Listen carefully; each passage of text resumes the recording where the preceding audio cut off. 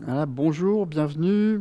On va parler pour cette session de rechercher des morceaux de musique avec Elasticsearch. Donc avant tout ça, il va falloir que je vous présente un petit peu comment marche la recherche sémantique et plutôt la recherche vectorielle en fait dans Elasticsearch. Donc Elasticsearch, vous savez, c'est pour faire de la recherche, hein, c'est toujours le logo qu'on a utilisé depuis très longtemps, mais c'est peut-être que vous ne le savez pas, c'est aussi pour faire de la recherche vectorielle. Donc quand vous avez un besoin de ce type-là, vous n'allez peut-être pas penser nécessairement à Elasticsearch, vous allez dire tiens, j'ai besoin de mettre une base de données vectorielle pour faire de la recherche vectorielle. Ben, en fait, vous avez déjà tout sous la main, et même beaucoup plus que ça, je vais vous montrer tout à l'heure. Vous avez la recherche vectorielle, plus tout ce que vous connaissez d'Elasticsearch, donc les filtres, les agrégations sur les réponses, etc. Donc très enrichi. Alors pour parler de ce sujet, je vais prendre deux personnages. Ici, c'est à gauche Leia et à droite Dark Vador. Et j'ai envie de représenter ces deux images sur une représentation vectorielle. Et le vecteur que je souhaite, la notion que je souhaite porter par ce vecteur-là, est-ce que c'est réaliste ou est-ce que c'est un dessin? Donc à gauche, c'est complètement réaliste, et à droite, c'est complètement un dessin.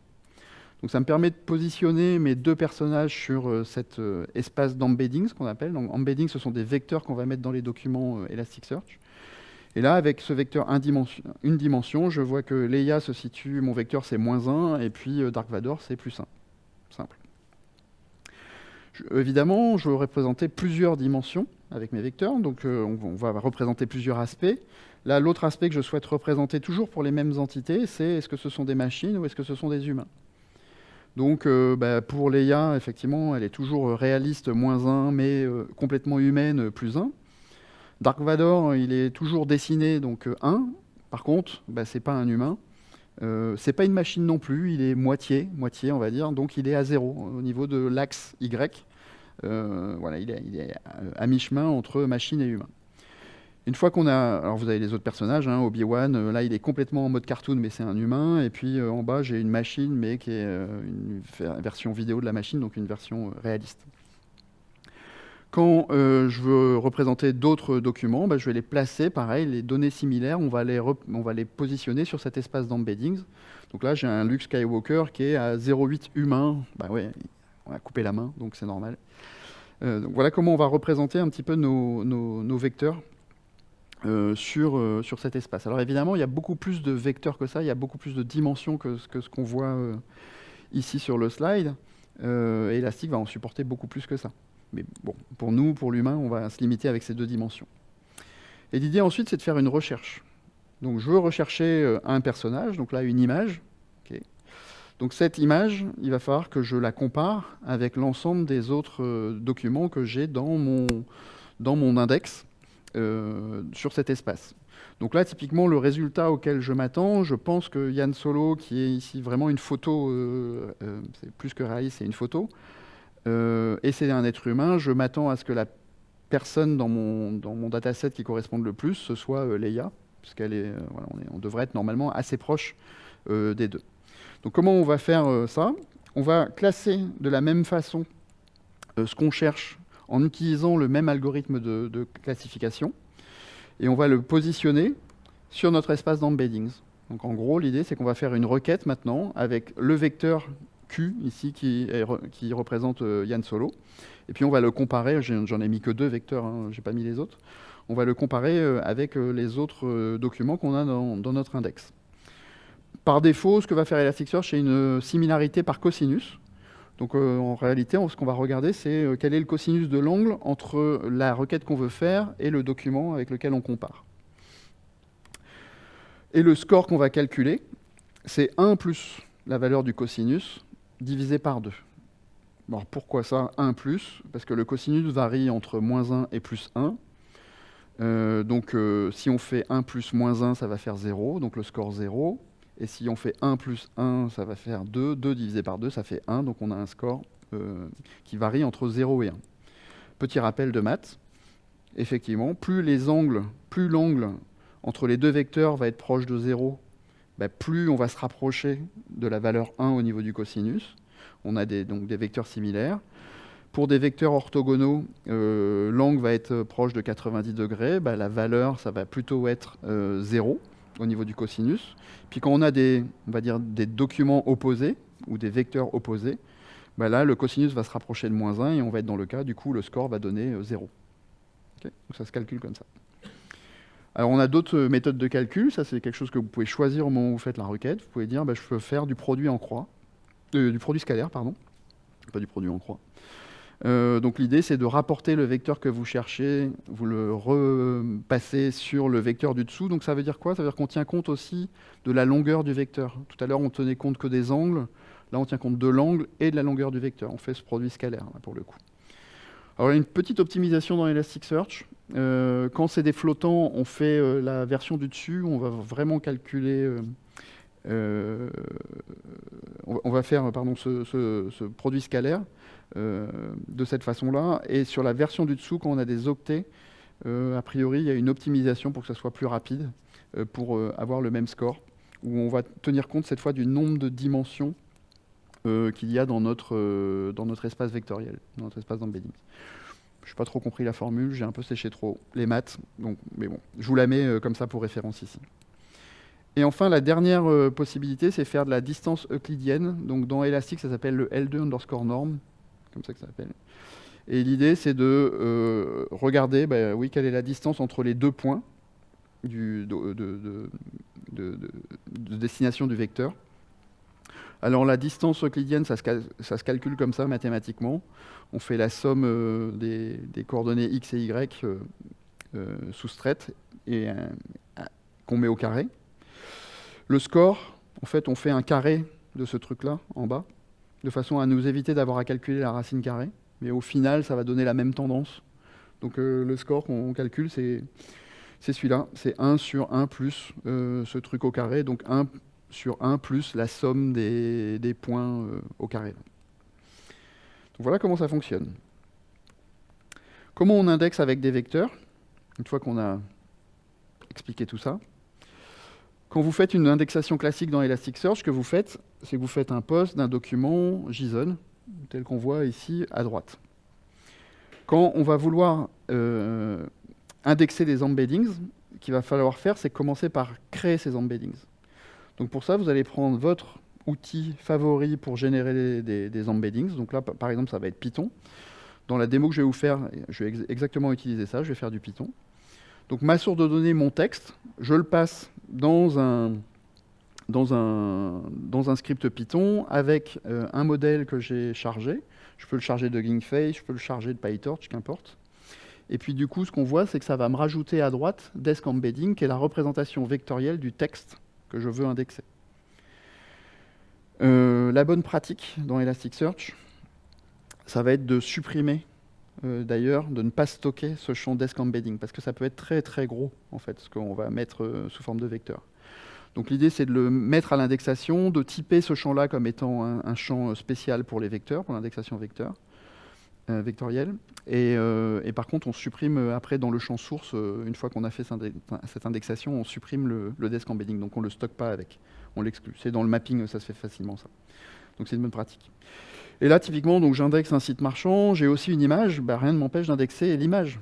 Hein, comme on a vu tout à l'heure avec mes Dark Vador, avec mes notions, ben là ça va être une autre notion, hein, c'est peut-être pour un catalogue marchand, ça va peut-être être les couleurs de l'image, ça va peut-être être, je sais pas, la taille, le type de produit, que sais-je encore, parce que ça pourrait sortir. Quand on fait une recherche, ben c'est exactement le même principe. Plutôt que de faire une recherche directe avec Elasticsearch, juste avec des termes, en fait ce que vous allez pouvoir faire, c'est vos termes, votre requête que vous souhaitez exécuter, vous la passez dans le même script Python, ça vous génère encore une fois des vecteurs, et là vous faites une recherche de type KNN, c'est le nom de la recherche. Vous appliquez ça sur le champ ici Desk Embedding, donc bah, c'est le champ description qu'on avait généré tout à l'heure, qui correspond à mon texte, et je lui passe les vecteurs sur lesquels je souhaite rechercher. Donc là, il va faire la comparaison que je vous ai montrée tout à l'heure, avec par défaut ici les cosinus, et vous ramenez les documents les plus proches d'un point de vue vectoriel dans cet espace. Ce qui est sympa, c'est que comme on est dans Elasticsearch, on a la possibilité de faire des trucs qu'on connaît déjà, faire des filtres je sais que je suis sur mon site marchand, sur la partie pour femmes de mon site marchand. C'est pas la peine d'aller comparer tous les vecteurs dans mon dataset. Je peux filtrer, et de façon à être un peu plus rapide et plus efficace. Et peut-être aussi ne pas produire d'hallucinations, d'ailleurs. Ok. Donc voilà la recherche. Donc je vais vous faire une petite démo. Au niveau de la démo, ce que je vais vous montrer, c'est que je prends des fichiers audio, c'est des points wave. Je les fais passer via un petit script Python qui va faire en fait une analyse du fichier audio. Donc j'ai chargé une librairie. Je ne sais pas du tout ce qu'elle fait, mais en tout cas, elle me fait des vecteurs à la fin qui représentent mon fichier audio. Alors je pense que ça doit être un spectrogramme, effectivement, sous forme de vecteur. Donc ça me le représente sous forme de vecteur. Ça, je l'indexe dans Elasticsearch. Et ensuite, l'idée, c'est que je chante un truc. Alors j'ai déjà enregistré des choses, hein, je ne vais pas chanter là. Je chante un truc. Cette petite musique que j'ai chantée, je la fais passer par le même process de génération d'embeddings. J'exécute ma recherche KNN dans Elasticsearch, ça me renvoie mes résultats et je les affiche à l'utilisateur. Okay. Donc c'est ce qu'on va voir. Donc ici j'ai un petit notebook qui a déjà tout ce qu'il faut. Attends, je vais enlever ça. Alors, je vous passe juste, je tourne dans Elastic Cloud ici, donc j'ai juste donné mes identifiants. J'ai cloné mon repository, j'ai installé le composant Elasticsearch Python pour me permettre de me connecter avec Elasticsearch. J'ai installé les autres dépendances dont j'ai besoin, et notamment ce pan inference dont j'ai besoin. Et c'est celui-là, ici, c'est ici que je vais charger le modèle de machine learning qui va me permettre de faire cette transformation. Donc ne me demandez pas ce que ça fait, comment ça marche, etc. Je sais juste que ça me génère des vecteurs qui représentent mon audio. Okay, j'en sais pas plus. Donc ça est fait. Ensuite, je me connecte à Elasticsearch, je vérifie que tout marche bien. Ok, donc là ça marche. J'ai d'ailleurs... Ah tiens, j'ai oublié de mettre à jour. Ok. J'aurais dû mettre la version 8.11. Bon, j'ai pas fait. Je pensais l'avoir fait. Alors, je vais créer un index. Et donc, dans cet index, ce que je vous ai dit tout à l'heure, la bonne pratique, c'est que je vais exclure du source le champ vectoriel, justement, pour ne pas le récupérer, pour ne pas surcharger. Parce que sinon, ça va retransiter par le réseau à chaque fois. Ça va ralentir votre process. Dans les propriétés de mon document, je vais retrouver un champ qui s'appelle Audio Embeddings. C'est du dense vector. On supporte, depuis la version 8.11 d'ailleurs, 4096 maintenant vecteurs. Donc on a encore amélioré ce truc-là. Dans l'idée, si vous n'avez pas besoin d'autant de vecteurs, ne mettez pas autant. Hein. Réduisez au maximum le nombre de vecteurs dont vous avez besoin. C'est pas la peine de surcharger pour rien. La similarité que je lui donne ici, c'est du cosinus. Et puis ensuite, j'indexe le chemin, la timestamp, le titre et le genre de la musique, pourquoi pas. Donc j'efface tous les index qui existent déjà, je crée un nouvel index avec ces settings. Ensuite, j'ai du code. Alors j'ai juste une méthode ici qui va me lister mes fichiers audio qui sont sur mon repository. Ici, c'est cette fonction-là qui va être faire getEmbeddings. En fait, ce qu'elle va faire, c'est qu'elle va prendre le fichier wave, elle va le normaliser, et elle va ensuite générer, grâce à mon modèle, ici, faire l'inférence, et donc me générer mes vecteurs qui correspondent à mon fichier audio. Et de la normalisation, il y a besoin de la normaliser. Ensuite, j'ai une petite méthode qui fait l'indexation dans Elasticsearch, où je prends simplement ma musique, le titre, mon tableau de vecteurs, que je passe à Audio Embeddings, qu'on avait vu tout à l'heure, je mets un timestamp, le chemin et le genre, enfin c'est du classique Elasticsearch. Okay.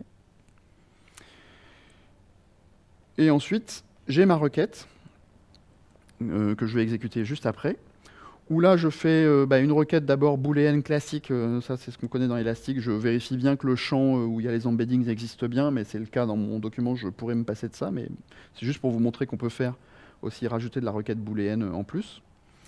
Et ici je fais ma recherche KNN, ce que je vous ai montré tout à l'heure, ça va être sur le champ embeddings que j'ai généré, voilà, et je récupère mes champs et j'exécute ma requête, ma partie KNN, et puis les champs que je veux récupérer.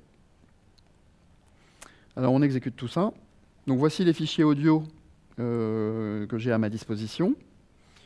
Donc ce que je vais faire, ici, je parcours tous mes fichiers audio, ça je ne l'ai pas encore fait, donc je l'exécute ici. Ça, vous allez voir un petit peu ce qui va se passer derrière, et notamment la génération des vecteurs. Donc pour chacun des fichiers, vous voyez en bas à droite, si je remonte un petit peu, ici, les vecteurs, le début du tableau de vecteurs qui est généré. Okay. Et donc pour chacun de ces fichiers, j'envoie ça à l'indexation dans Elasticsearch. Donc la partie qui prend un peu de temps, c'est la génération de ces embeddings. L'indexation dans Elasticsearch, ça va. Et ensuite, l'idée, c'est de trouver une chanson similaire. Donc je vais prendre un fichier audio que je vais vous lire.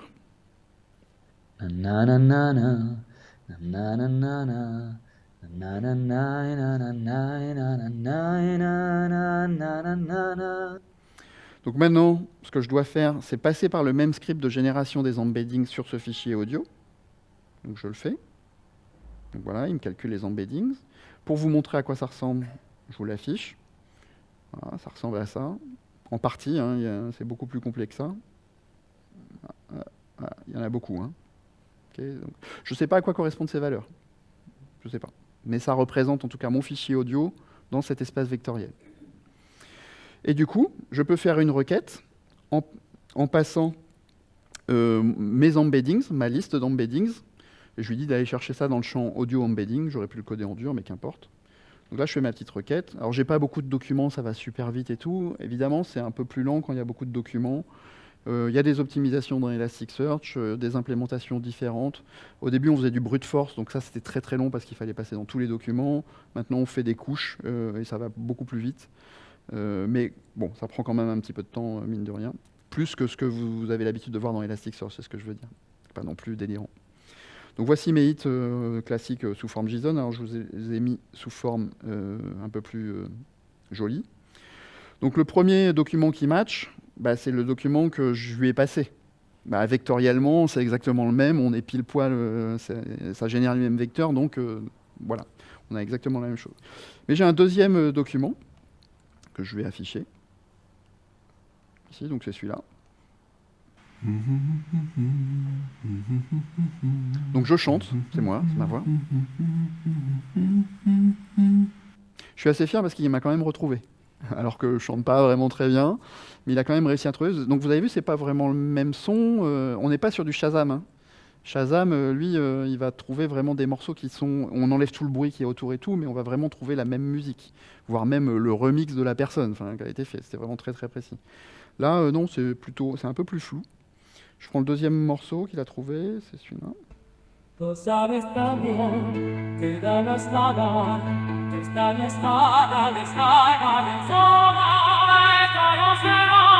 Ok, bon, ça correspond toujours. Après celui-là. Okay. Donc on est toujours dans le même thème, hein, donc ça va.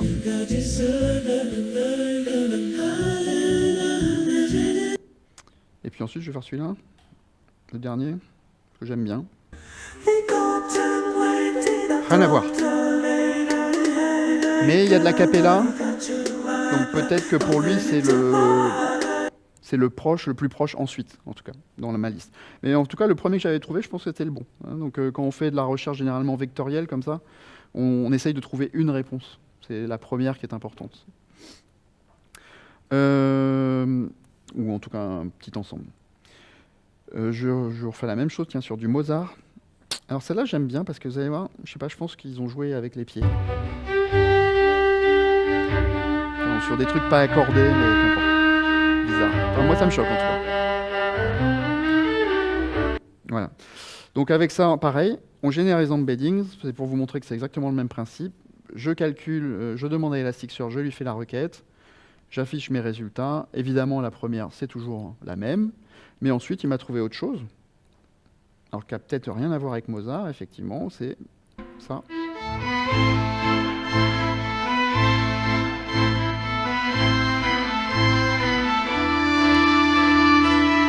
Ouais, bah, y a du violon, on retrouve un petit peu les mêmes instruments, donc peut-être que d'un point de vue spectrographique, on est dans le même domaine, donc peut-être que c'est ça qu'il l'a fait. Celui-là, c'est quoi? Alors là, on est plutôt sur les notes. Les notes sont a priori assez proches, mais on n'est pas sur les mêmes sonorités, c'est du piano cette fois. Voilà.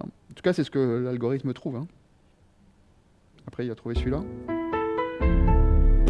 Alors là, bon, voilà. Ce qui va être difficile, sans doute, hein, quand vous allez implémenter ce type de fonction chez vous, ça va être de trouver le bon modèle pour votre cas d'utilisation. Qu'est-ce qui correspond bien à ce que vous voulez faire? Ça va être la partie la plus difficile.